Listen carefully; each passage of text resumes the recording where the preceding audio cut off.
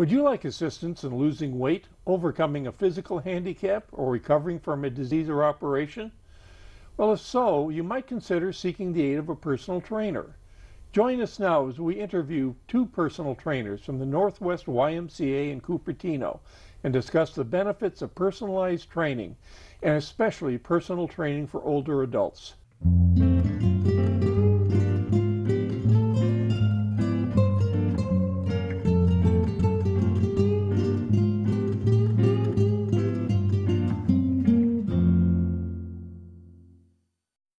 Hello, my name is Charles Bedord, and my guests today are two personal trainers who work at the Northwest YMCA in Cupertino, Mr. Ron Miller and Ms. Song Bennett. Ron and Song, welcome to the better part. Thank you. Thank you. Glad to have you. You know, today we hear a lot about the term personal training. It's bantered around in the press and quite a bit. Can you tell us, each of you, what is personal training? Well, I guess I'm sure we concur on this. I break it down into four parts. First, the major word to remember is customization. We work with people to improve their endurance through various exercises, certainly their strength, and we work on nutrition, but there's an area I call suppleness, which includes balance training and stretching. So that's the scope, but what makes it personal is that it's one-on-one. We work with people on a very intimate basis in setting up special training situations for them based on their needs and what they tell us they're looking for. I see, and I'm sure that one-on-one can really help people become motivated to stay with the program too. Yes, it does, I hope. Okay. Song, do you have any additional comments on that, or? I'm in full agreement with Ron. I would say that we partner with the individual to help them achieve optimal wellness. Okay, very good. So what kind of qualifications are needed to become a personal trainer? And you might say in particular personal trainer through an organization such as YMCA. What kind of training and background do you need for this? So the YMCA requires a national certification. There are a number of certifying organizations. The organization that I'm, for instance, certified through is NASM. That stands for National Academy of Sports Medicine. I see. So you go through a training curriculum and then you take a certification exam. I see. And Ron, anything? Well, it's the same procedure, different organization. Mine is with the American Council on Exercise.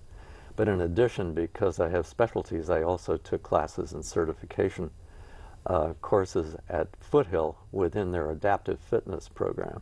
Mm-hmm. So that kind of gives a different slant on the process. So nobody can just automatically pick up and say, I'm going to become a personal trainer today, walk in the door and start it off. You really need a background, training experience, a certification to enter this area then. That's correct. Interesting. That's right. Yeah. Could you tell me, how did you become interested in personal training, each of you? Well, in my case, it's purely selfish. I had finished my career, as it were, and I was retired, so I was looking around for something useful to do. And part of that process was trying to find a place to work out. I was very much interested in finding the place that would match me. So I looked around at several health clubs, so-called, and I fastened on the YMCA. The reason I did that is because I like its style. It's nonprofit. At the particular time I joined that Y, they were changing over to a new computer system, and they asked me if I'd be willing to help out showing members how to use this new system. So as a product of that, I decided, well, why not be on the staff? Song, how about you? How did you? For myself, I had been a management professional for a natural foods retailer in Colorado. Oh, really? Yes. So I'd been a lifelong fitness enthusiast, and my husband and I came back to California to be near our aging parents. And I knew at that time I wanted to move away from management and work with people more closely in wellness and fitness. And I thought, this is the time to do that. So how many personal trainers are currently at the Cupertino YMCA? Last count, I think we had 8, 5 of which are women, by the way. And I guess maybe 3 of us specialize with older folks. So that's kind of the profile. It's interesting. So you do have your specialty somewhat, is? A little, yeah. Okay. Is this a large number of trainers for a YMCA, or a pretty common number? Or? You know, I wish I could answer that. I think it's probably typical. We have perhaps between 70 and 80 clients at various times over a year, but that includes small group personal training, if you will, things like the cancer group. Living Strong, Living Well is a cancer group we manage, but it is within the personal training rubric as well. And there's 10 people in that, so that builds it up a bit. Okay. So when the people come to the Y and they express an interest in a personal trainer and they talk with you, what are the goals of most people when they come and say, I'm interested in a personal training program? Why are they doing this? Is there any common denominator there? We have individuals, I would say that varies across the board. We have people who are coming to us who are recuperating from injury or surgery. We have people who are primarily interested in weight loss. And then we have other folks who have specific goals, say athletes who are training for certain events and they want to be at their top peak condition for those events. I see. Do you have high school students or college students come in who want training? Or? We actually do. Okay. Again, that varies across the board. You could have your high school basketball player, and then we have a cheerleader. So do you find that most of your clients are older people, or are they younger people? I tend to get older folks. Right. Rarely have I had anybody below 20. I can't remember when. But I have some 50-year-olds. I currently have a 92-year-old person. But generally I get people with limited disabilities. I have a blind lady and things like that. And so the range I get is largely 55 to plus. There are others that are more eclectic than I am, but they tend to be referred to me because I have this experience. So I know when I started personal training, I walked into the room and I saw this whole array of machinery there. And I thought, oh my gosh, you know, what am I getting myself into? I don't even know how to use this stuff. How do you go about introducing people to how to use these machines and this equipment properly? Good question. I think the Y does a really nice job of orienting people to the gym experience. So we have a diverse group of members. You have people who have absolutely no exposure to the gym experience, and then others who have been quite active in the gym for most of their lives. So we start with an orientation. When people sign up for membership, people are actually entitled to 3 sessions with a wellness coach. People, as a part of their membership, they receive 3 wellness trainings with a wellness coach. Oh, these are free? Yes, okay. That's correct. The wellness coach will do these 3 meetings with the individual to go over what their goals are, to set them up on the various weight training equipment, and put them into something called FitLinks, which is a computerized fitness tracking system. So during that time, they'll answer the questions of how to use the equipment. Okay, now how does FitLinks work? Can you explain that a little bit? Nationwide, and each YMCA elects, as well as for-profit groups, to use this because it not only remembers the settings of individuals on individual pieces of equipment, and therefore tracks progress. That's an important function of this. But it also, you can get printouts that are cumulative, so you know what you did 6 years ago if you want to know. And it's you have to have a number assigned as a member of the Y to the FitLink system, which allows you then to be set up on the machines that Song was describing. When a person enters a personal training regimen, how do they know that they're actually progressing? How do you go about tracking progress and giving feedback to the person? Okay, so the initial part of the process is actually sitting down with the member and doing some goal setting with them. I see. So in that first meeting, we'll decide what their goal is. And if it's weight loss, in that first meeting, we may do things like measure their weight, take some body measurements, this kind of thing. Interesting. So over the course of their training plan, we'll recheck those baseline figures to see what the progress is during that time. Do you measure the progress on the machines too, as far as yes, how well they do? Yes. If, for instance, we've set a person up to lift 10 pounds on a particular machine, daily, every time we do a personal training session, we in effect interview them again, like, how are you feeling? Any new stuff has happened to you, like, do you have an ache or did you hurt your shoulder or whatever? And we can adapt that day's workout to take that into account. As part of that process, though, we can ask now, is this person ready for a challenge, for increased resistance, let's say, Right. or even a longer time on a aerobic machine? And as time goes on, we can track those improvements. The best one, though, is probably not data-driven, but how are you feeling today? Do you feel like you're getting what you need? That's what gives us the most satisfaction, as well as measuring progress. And then if a person is not making progress, do you tell them that? I mean, or do you deliver bad news, in other words?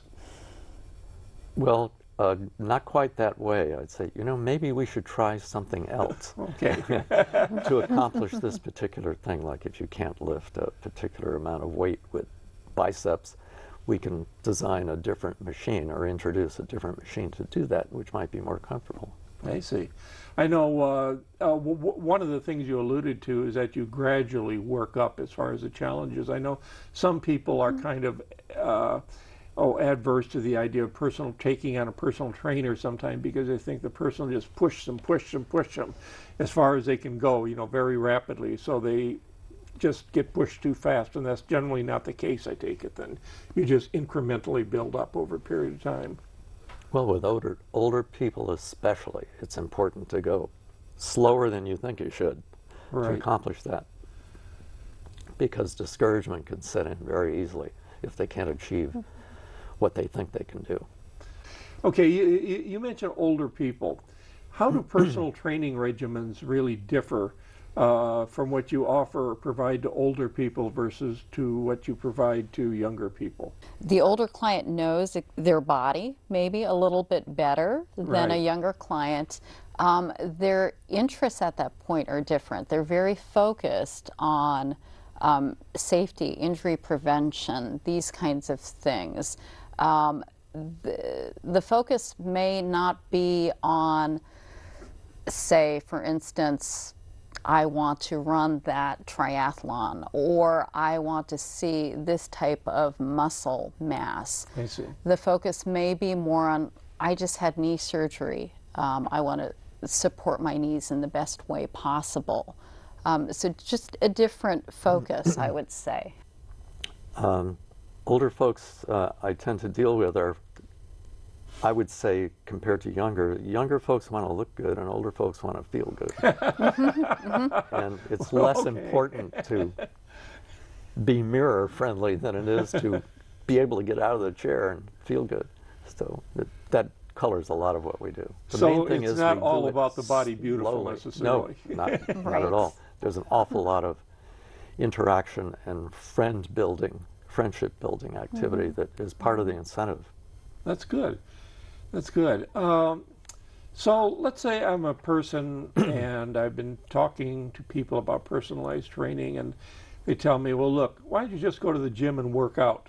You can just work out and get the same thing. You don't need to hire a personal trainer or get involved in a weekly regimen, something like that.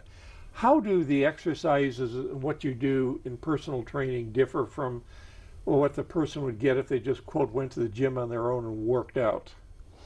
When you work closely with a personal trainer, they design a focused program specifically for you based on goals. You set measurable, achievable goals. You set timelines. And so there's this relationship now with this trainer that helps you be accountable to the plan that you've set up for yourself. And we think that one of the major incentives that we can provide is you have to make an appointment with us, like a doctor. So you know that Tuesday at 3 o'clock you're going to do this, unless you get sloppy and the personal trainer lets you get away with it too often. You can slide back, but that connection is very important. Right. And we try to have people come at least twice a week in a personal training environment for maintaining improvements that they may make at any one session. Okay, now you work with people, you mentioned that you've worked with people with physical disabilities. What range of physical disabilities have you worked with? I personally have worked with an individual who has sight impairment. I also work with a member who has cerebral palsy. Interesting. Okay. And Brian? Well, I've had a bunch, I guess. The blind person I alluded to earlier, long term. I've had people with stroke and designed a right side exercise customization for them so that they can try to retain or reinstill the mobility in their right side of their body. I've had Parkinson's folks. There's a Parkinson's Center in Sunnyvale that is devoted to that, and we have some folks that are associated with both institutions. MS is another one. I have an ALS, person with Lou Gehrig's disease, in my poetry club. There are others, knees, hips, necks, arms, elbows, all of those are standard. Now, can personal training programs be designed to help people recover from or overcome specific medical conditions such as neuropathy, etc.? Do you, let's say if a person say, I want a physical training program, let's say to overcome neuropathy or overcome something else, can you design a program around that? It's not a simple answer to that question, though, because neuropathy comes in at least 100 different flavors. If it's a potentially temporary neuropathy as opposed to an inherited one, we have a much better chance of helping that person. I see. The bottom line on neuropathy is that maybe we can help defer the progress of that horrible feeling that people get. They get it in their fingers and toes. Those people who don't know what neuropathy is, you get numb in your legs. It's a usual byproduct of diabetes. That's what the predominant cause is, and it's really devastating. But if it's temporary, like I had neuropathy after my surgery, and I would say probably because I designed a workout for myself, after about 2 months, it was, as far as I recall, completely disappeared. But I can't tell you whether it wouldn't have completely disappeared had I not done that. But talking to my oncologist, she seems to think it probably would go 6 or 7 months. So there's some efficacy there. Now, earlier in our discussion, you mentioned a cancer support group that you work with at the YMCA. Can you tell us a little bit about that group? Go ahead. It's a program called Living Strong, Living Well. It's a program that is actually partnered with Stanford University. I see. It's a 12-week program. We meet with, it's usually cancer survivors. We meet with them twice a week for 12 weeks. The initial meeting involves getting to know everyone, and then we do an initial physical assessment. We train people on the weight training equipment, and then track their progress over the 12 weeks. So does a person, let's say if they come in with a history of a serious disorder or disease, do you need a medical clearance to enter a personal training program, at least through the Northwest YMCA? There's the initial interview that both of us have referred to already to determine what the program is going to be, has a process called PARQ, which is Physical Ability something questionnaire. The readiness. Readiness Right. questionnaire, correct. And there are criteria on that list. And if there are 5 major categories, and if they hit negatively on 2 or 3, we have to get a doctor's permission for them to take the next step. Does this policy vary at different YMCAs, or is this, do you know, maybe you... I don't think so. It Okay, sounds to me like it's a national policy that happens. Now, kind of the dirty question, what do personal trainers generally charge for their services? Say, I want a personal trainer, I think this is a great idea, what's this going to cost me? I do it for nothing. No. I do it for my own self-satisfaction. No, I wish I could say that, but I don't. The range within RY is $60 an hour down to $45 an hour, one-on-one. If you do it with 2 or 3 people as a small group, then the corresponding price per person goes down. I would say the most efficient one is related to something called senior strength and conditioning, which is a small group of 4 or 5 people. And if you divide how much they pay for this 12, again, it's a 12-week, I think it's 12, it might be 8, that it comes out to about $7.50 an hour that way.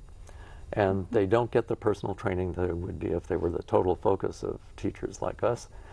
But they do share in a process once or twice a week that they pay extra for. Okay. And do our costs at the YMCA competitive with individual personal trainers you might see at health clubs, etc.?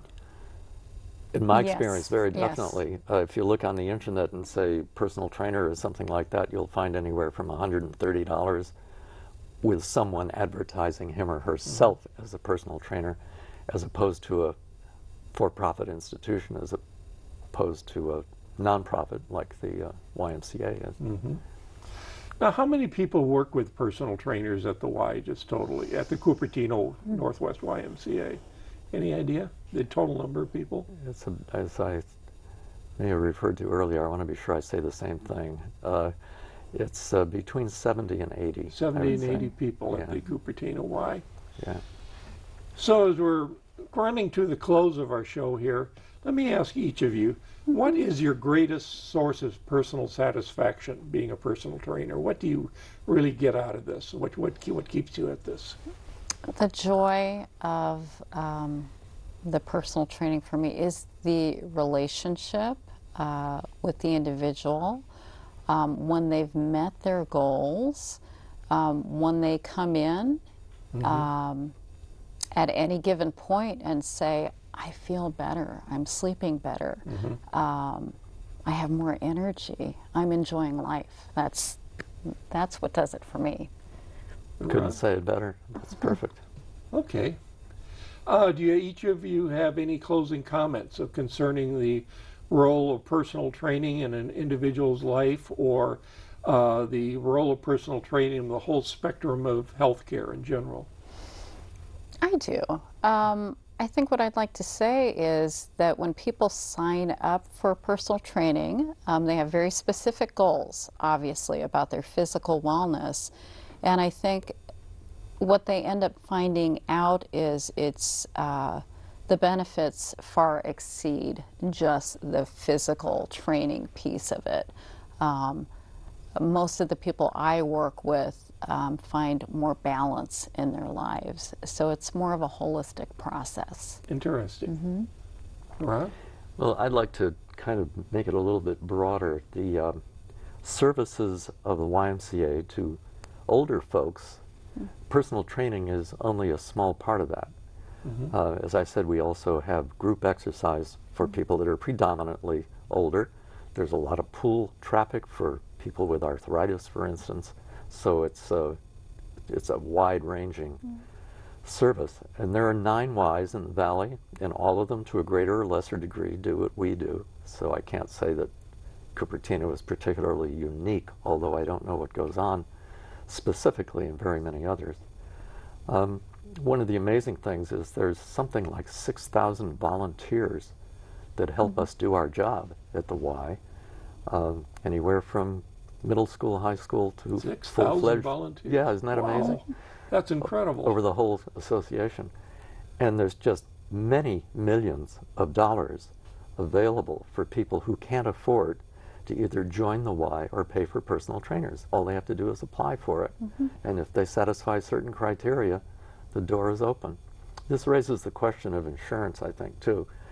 There aren't many insurance, that I know of none actually, that will cover personal training at the Y as opposed to what a physical therapist does. Physical therapy training is much more extensive than either of our backgrounds, at least in mine. And we see ourselves kind of in the continuum of when a doctor prescribes a physical therapist to a person that's just had knee surgery, they go through that and renew it.